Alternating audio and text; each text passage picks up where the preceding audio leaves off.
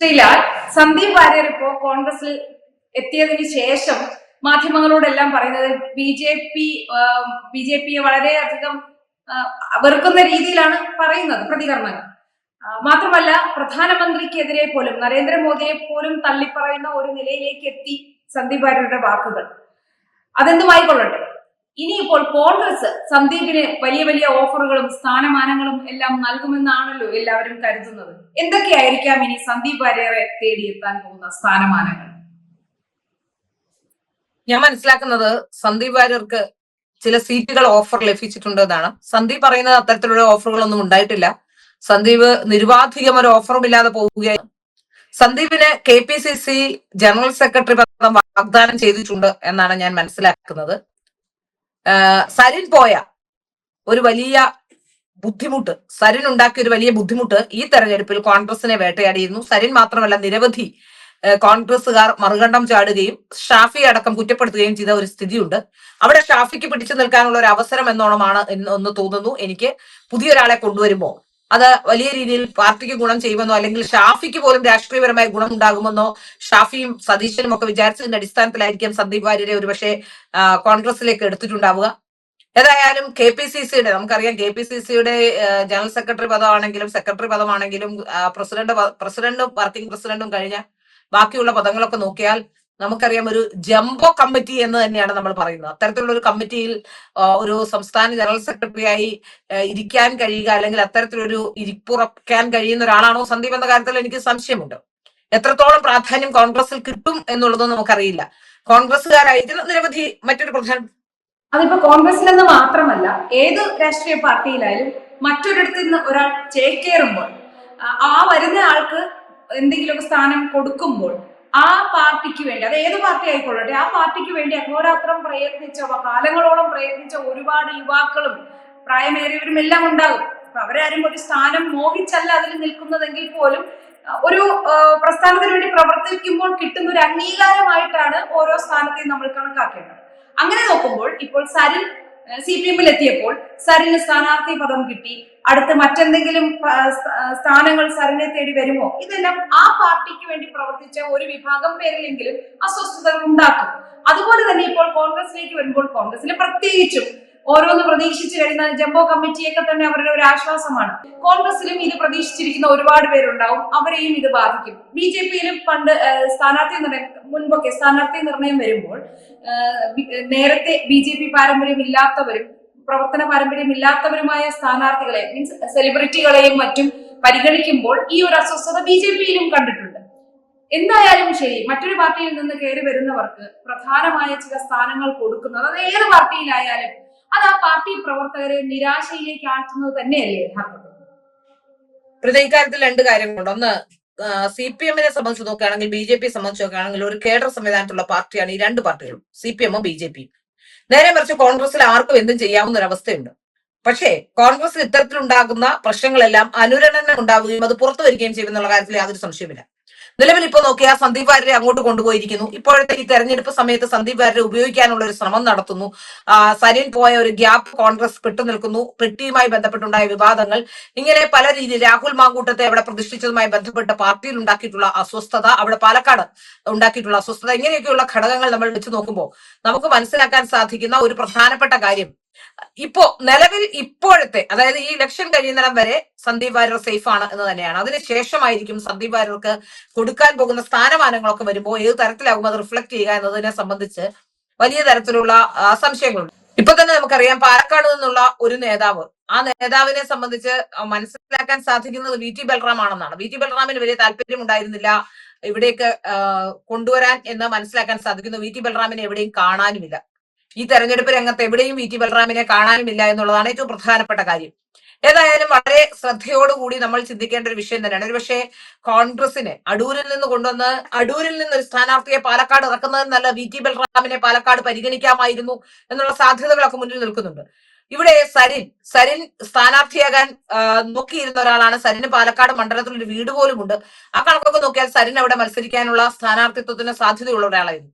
സത്യത്തിൽ സരിനെ സംബന്ധിച്ചിടത്തോളം സരിൻ CPMന് കിട്ടിയ ഒരു ലോട്ടറി ആണെന്ന കാര്യത്തിൽ സംശയമില്ല. ഈ തെരഞ്ഞെടുപ്പ് രംഗത്ത് CPM പാലക്കാട് ചിത്രത്തിലില്ലാത്തൊരു പാർട്ടിയാണ് CPM. നമുക്കറിയാം 3ാം സ്ഥാനത്ത് മാത്രമുള്ള ഒരു പാർട്ടിയാണ്. അതുകൊണ്ട് തന്നെ ഈ തെരഞ്ഞെടുപ്പ് രംഗത്ത് അവർക്കൊരു നല്ല സ്ഥാനാർത്ഥി ഇല്ലായിരുന്നു. അപ്പോൾ ആ സ്ഥാനാർത്ഥിത്വം ചർച്ച ചെയ്യുന്ന രീതിയിലേക്ക് പോലും കാര്യങ്ങൾ വന്നത് സരിൻ അവിടെ ഒരു സ്ഥാനാർത്ഥിയായി വന്നതുകൊണ്ട് മാത്രമാണ്. ഇതിൽ നിന്നൊക്കെ നമുക്ക് മനസ്സിലാക്കാൻ സാധിക്കുന്നത് CPM-നെ സംബന്ധിച്ചിടത്തോളം സരിൻ സ്ഥാനാർത്ഥിയായി ഇപ്പോൾ സ്ഥാനാർത്ഥി പട്ടികയിലൊക്കെ വന്നു എന്ന് പറഞ്ഞാലും വലിയ സ്ഥാനമാനങ്ങൾ കിട്ടുമെന്ന് പ്രതീക്ഷിക്കാൻ കഴിയില്ല. CPM-ന് ഒരു മെമ്പർഷിപ്പ് കിട്ടാൻ തന്നെ കാലങ്ങൾ എടുക്കുമെന്ന കാര്യത്തിൽ യാതൊരു സംശയമില്ല. അവിടെ സരിൻ ചെന്നിട്ടുണ്ടെങ്കിൽ പോലും, മാത്രമല്ല സരിനെ മെരുക്കിയെടുക്കാൻ ഒരുപക്ഷെ അവർക്ക് CPM-ന് കഴിയുകയും ചെയ്യും. CPM പോലുള്ള ഒരു സംഘടനയിലേക്ക് പോകുമ്പോൾ, അല്ലെ BJP പോലുള്ള ഒരു സംഘടനയിലേക്ക് വരുമ്പോൾ അച്ചടക്ക ലംഘനം പ്രോത്സാഹിപ്പിക്കുന്ന ഒരു പാർട്ടിയല്ല. ഒരുപക്ഷെ സന്ദീപ് BJP വിട്ട് CPM-ലേക്ക് പോലും പോകാതിരുന്നത്, സന്ദീപിന്റെ ഈ സ്വാതന്ത്ര്യവാജ്ഞയൊക്കെ പ്രകടിപ്പിക്കണമെങ്കിൽ CPM-ൽ അതിനുള്ള തരമില്ല. മാത്രമല്ല CPM-ൽ പോയാൽ പാലക്കാട് ഒരു കാര്യം കൂട്ടിച്ചേർത്തോട്ടെ, അച്ചടക്കമെല്ലാം പൊതുവെ ബാധകമാണ് എങ്കിലും തലപ്പത്തിരിക്കുന്നവർക്ക് വേണ്ടപ്പെട്ടവർക്ക് എന്തും ചെയ്യാമെന്നത് കൂടി CPM-ന്റെ ഒരു ചരിത്രമാണ്. ഞാനൊന്ന് കൂട്ടിച്ചേർത്തതേ ഉള്ളൂ. പറഞ്ഞോളൂ ശ്രീല. തീർച്ചയായും അതെ, തീർച്ചയായും അതെ. അവർക്ക് പാർട്ടിയെ തള്ളിപ്പറയുന്നത് മാത്രമേ ഉള്ളൂ. എന്ത് തോന്നിവാസവും കാണിക്കാൻ സൗകര്യമുള്ള രാഷ്ട്രീയ പാർട്ടിയാണ്.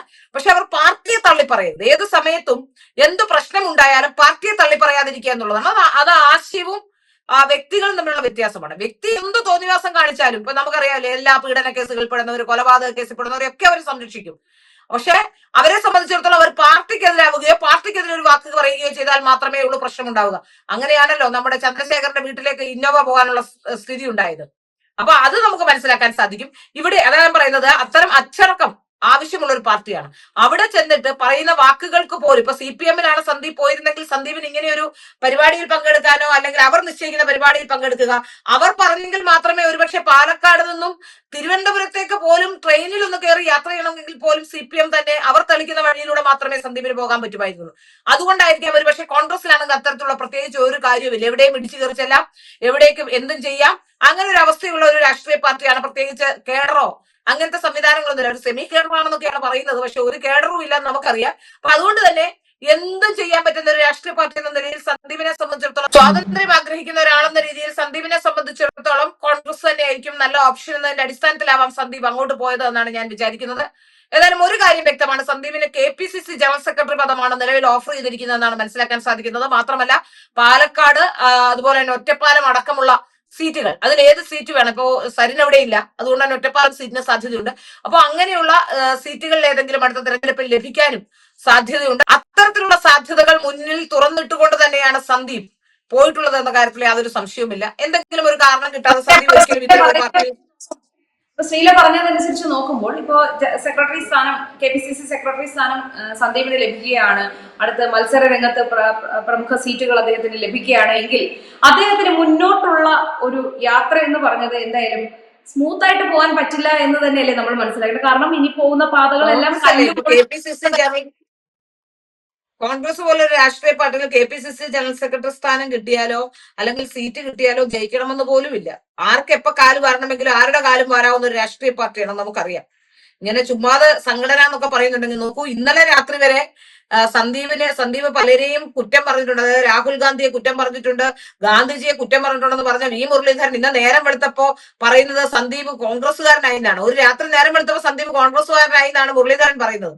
ഇത്തരത്തിൽ പറയുന്ന, അല്ലെങ്കിൽ എനിക്ക് മനസ്സിലാവാത്തത് ഈ ക്രെഡിബിലിറ്റിയുടെ ഒരു പ്രശ്നമാണ്. രാഷ്ട്രീയ രംഗത്തുള്ളവർ അല്ലെങ്കിൽ പൊതുരംഗത്തേക്ക് വരുന്നവർക്ക് ഒരു ക്രെഡിബിലിറ്റി ആവശ്യമില്ലേ? സോഷ്യലി നമ്മൾ നോക്കുമ്പോൾ ഓഡിറ്റിങ്ങിന്, സോഷ്യൽ ഓഡിറ്റിങ്ങിന് വിധേയം.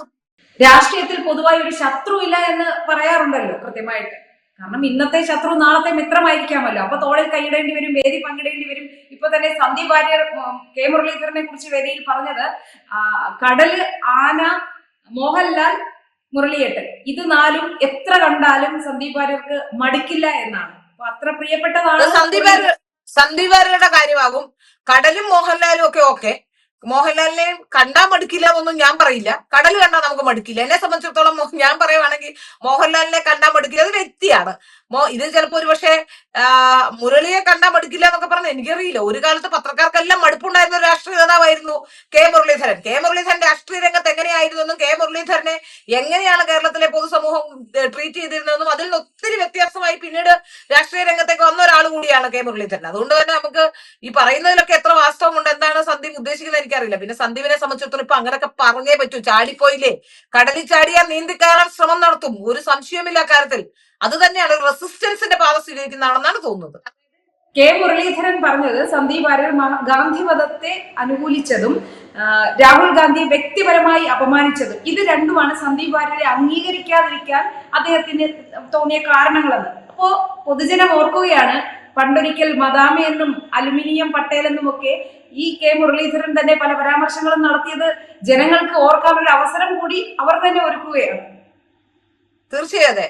പക്ഷെ ഞാൻ പറഞ്ഞില്ലേ, ഈ കെ മുരളീധരൻ DIC പോയപ്പോ DICയിലൊക്കെ പോകാനുള്ള സാഹചര്യങ്ങളും ബാക്കിയുള്ള സാഹചര്യങ്ങളും ₹1 മെമ്പർഷിപ്പിന് നടന്നതും ഒക്കെ നമുക്ക് അറിയാവുന്ന കാര്യമാണ്. പക്ഷെ ഒരു കാര്യമുണ്ട് കേട്ടോ, അന്ന് DIC പോയി ഒരു പുതിയ രാഷ്ട്രീയ പാർട്ടി രൂപീകരിച്ചെങ്കിലും തിരിച്ചു വരുമ്പോൾ കോൺഗ്രസ് എന്ന ഓപ്ഷൻ എടുത്തുകൊണ്ട് ₹1 മെമ്പർഷിപ്പിന് വേണ്ടി അദ്ദേഹം ഒരുപാട് കാലം കാത്തിരുന്നു എന്നുള്ളത് അദ്ദേഹത്തെ സംബന്ധിച്ചിടത്തോളം അദ്ദേഹത്തിൽ ഒരു അടിയുറച്ച കോൺഗ്രസ്സുകാരനുണ്ട് എന്നുള്ളതിന്റെ ഏതൊരു ആദർശമായാലും, ഇപ്പൊ കോൺഗ്രസ് ആയാലും CPM ആയാലും BJP ആയാലും അടിയുറച്ച ഒരു ആദർശത്തിന്റെ പുറത്താണ് എന്നുള്ളത് ഏറ്റവും പ്രധാനപ്പെട്ട കാര്യമാണ്. പിന്നെ കോൺഗ്രസിൽ നിൽക്കാൻ വലിയ ബുദ്ധിമുട്ടില്ല. കാരണം രാഹുൽ ഗാന്ധിയെ സോണിയാഗാന്ധിയെ ഒന്നും പറയാതിരുന്നാൽ മാത്രം മതി. അവിടെ ആശയത്തിനല്ല പ്രാധാന്യം, വ്യക്തികൾക്ക് തന്നെയാണ്. അതുകൊണ്ട് രാഹുൽ ഗാന്ധിയും സോണിയാഗാന്ധിയും ഒക്കെ ഒന്ന് സപ്പോർട്ട് ചെയ്തൊന്ന് സൂചിപ്പിച്ച് നിൽക്കുന്ന ആൾക്കാരെ സംബന്ധിച്ചിടത്തോളം കോൺഗ്രസിൽ വലിയ പ്രശ്നം ഉണ്ടാകാനൊന്നും ഇടയില്ല. പിന്നുണ്ടാകാവുന്ന പ്രശ്നം നാട്ടിലുള്ള ആൾക്കാർ പാലം വലിക്കുന്നതും കാൽ വലിക്കുന്നതും ഒക്കെയാണ്. അതൊക്കെ സന്ദീപ് എത്രത്തോളം സന്ദീപിന് അത് താങ്ങാൻ കഴിയും, അല്ലെങ്കിൽ എത്രത്തോളം അത് സന്ദീപിനെ സംബന്ധിച്ചിടത്തോളം പ്രശ്നമാകുമെന്നുള്ളത് നമുക്ക് കാത്തിരുന്ന് തന്നെ കാണേണ്ട കാര്യമാണ്. ഏതായാലും സന്ദീപ് എന്റെ നല്ല സുഹൃത്താണ്. അതുകൊണ്ട് സന്ദീപിന് നല്ല അവസരങ്ങൾ കിട്ടട്ടെ, അല്ലെങ്കിൽ സന്ദീപിനെ സംബന്ധിച്ചിടത്തോളം എടുത്ത ഒരു തീരുമാനം തെറ്റാകാതിരിക്കട്ടെ എന്ന് മാത്രമേ എനിക്ക് പറയാനുള്ളൂ. പക്ഷെ 100% ഞാൻ വിശ്വസിക്കുന്നു സന്ദീപ് എടുത്ത തീരുമാനം തെറ്റ് തന്നെയാണെന്നാണ് ഞാൻ വിശ്വസിക്കുന്നത്. ഒരിക്കലും ചെയ്യാൻ പാടില്ല. അതൊരു നിർണായക സമയത്ത് സന്ദീപിന് എന്തെങ്കിലും അടിയുറച്ച ഒരു വിശ്വാസം ഉണ്ടെങ്കിൽ ഒരിക്കലും അത് സന്ദീപിന് അത്തരത്തിൽ പോകാൻ കഴിയില്ല. ഇപ്പൊ ഞാൻ പറഞ്ഞില്ലേ, പല സമയത്തും എനിക്ക് ചിലപ്പോഴൊക്കെ ദേഷ്യം വരികയും, എനിക്കും പറയാനുള്ളത് പല സമയത്തും ഞാനും ഇതുപോലെ ഇമോഷണൽ ആവുകയും ദേഷ്യം വരികയും ചില കാര്യങ്ങൾ വിയോജിപ്പ് പ്രകടിപ്പിക്കുകയും ഒക്കെ ചെയ്തിട്ടുണ്ട്. പക്ഷെ അപ്പോഴും ഈ സംഘടന വിട്ടുപോകാനോ അല്ലെങ്കിൽ സംഘടനയെ തള്ളിപ്പറയാനോ കഴിയില്ല എന്നുള്ളത് തന്നെയാണ്. അത് എന്നിൽ അടിയുറച്ചൊരു ആദർശം ഉള്ളത് കൊണ്ട് തന്നെയാണെന്ന് ഞാൻ വിശ്വസിക്കുന്നു. ഒരിക്കലും എനിക്ക് അതിന് കഴിയില്ല. അതെനിക്ക് വ്യക്തമായി അറിയുന്ന കാര്യമാണ്. മറ്റൊരു സ്ഥലത്ത് പോയാൽ ഒരിക്കലും മെന്റലി ഞാൻ കംഫർട്ട് ആവില്ല എന്ന് എനിക്ക് അറിയാവുന്ന പോലെ തന്നെ ഒരു പക്ഷെ സന്ദീപിനും എത്രത്തോളം മെന്റലി അവിടെ പോയാൽ കംഫർട്ട് ആകും. ഈ പറയുന്ന വാക്കുകൾ, നമ്മളിപ്പോ ഒരു സത്യം പറയുന്നതും നമ്മുടെ മനസ്സിൽ നിന്ന് വരുന്ന ഒരു കാര്യം പറയുന്നതും നമ്മൾ ഉണ്ടാക്കി പറയാനും അല്ലെങ്കിൽ എന്തെങ്കിലും കാരണങ്ങൾക്ക് വേണ്ടി ഇത് മാറ്റി പറയുകയും ചെയ്യേണ്ടി വരുന്ന അവസ്ഥ വലിയ ദയനീയമായ ഒരു അവസ്ഥയാണ് മനുഷ്യന്റേതെന്നാണ് ഞാൻ വിശ്വസിക്കുന്നത്. അത്തരം ഒരു അവസ്ഥയിലാണ് സ്വന്തം ആത്മാഭിമാന സ്വത്വവും ഒക്കെ അറിയാത്തൊരു അവസ്ഥയിലേക്ക് എത്തിപ്പെട്ടു പോയോ എന്ന് പോലും എനിക്ക് സംശയമുണ്ട്. ഏതായാലും നല്ല ജീവിതം ഉണ്ടാകട്ടെ എന്ന് മാത്രം ഞാൻ ആശംസിക്കുന്നു. സന്ദീപിന് മറ്റു കുഴപ്പങ്ങളൊന്നും ഉണ്ടാകാതെ ജീവിക്കാൻ കഴിയട്ടെ എന്ന് ആശംസിക്കുന്നു.